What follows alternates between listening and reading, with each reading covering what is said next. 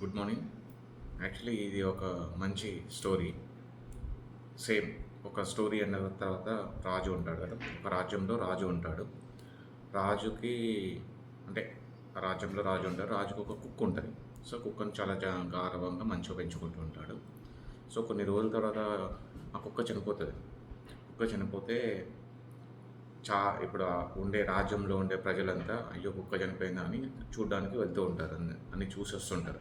అయ్యో మంచి కుక్క ఉండే, మంచి రాజుకు చాలా చాలా ఇష్టమైన కుక్క అనుకుంటూ చూడడానికి వెళ్ళి రాజును పరామర్శించి వస్తూ ఉంటారు.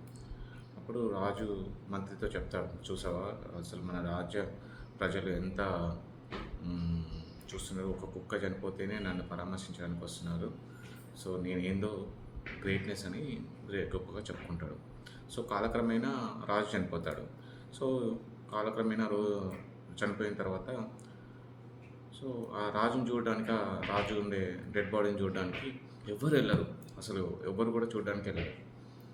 సో అప్పుడు ఆ పక్కన ఏదో విజిట్గా పక్క రాజ్యంలో ఉండే రాజు పక్కన ఉండే ఒక ఆయన వీళ్ళని అడుగుతాడు, ఏంది అప్పుడు కుక్క చనిపోతేనే చాలామంది వెళ్ళి చేశారు, ఇప్పుడు ఎందుకు వెళ్ళట్లేదు అని అంటే, అప్పుడంటే రాజు భయానికి కుక్కను చూడడానికి వెళ్ళాం, కానీ ఇప్పుడు రాజే లేడు, చూడడం ఎవరు వెళ్తారు అని చెప్తాడన్నట్టు. సో చూడము, అప్పుడేదో రాజు ఏమనుకుంటాడో, రాజు భయానికి ఏమన్నా శిక్షిస్తాడో అని చెప్పేసి వెళ్ళాం తప్ప కుక్కను చూడడానికి రాజు మీద ప్రేమతో కాదు అని చెప్తారన్నట్టు.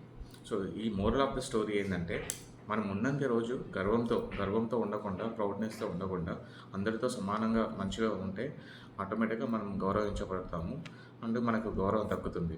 లేదు అంటే అధికారం ఉన్నంత వరకు మాత్రమే ఇట్లాంటి ఉంటుంది. వన్స్ అధికారం లేని తర్వాత ఎవరు పట్టించుకోరు రాజులాగా. Thank you.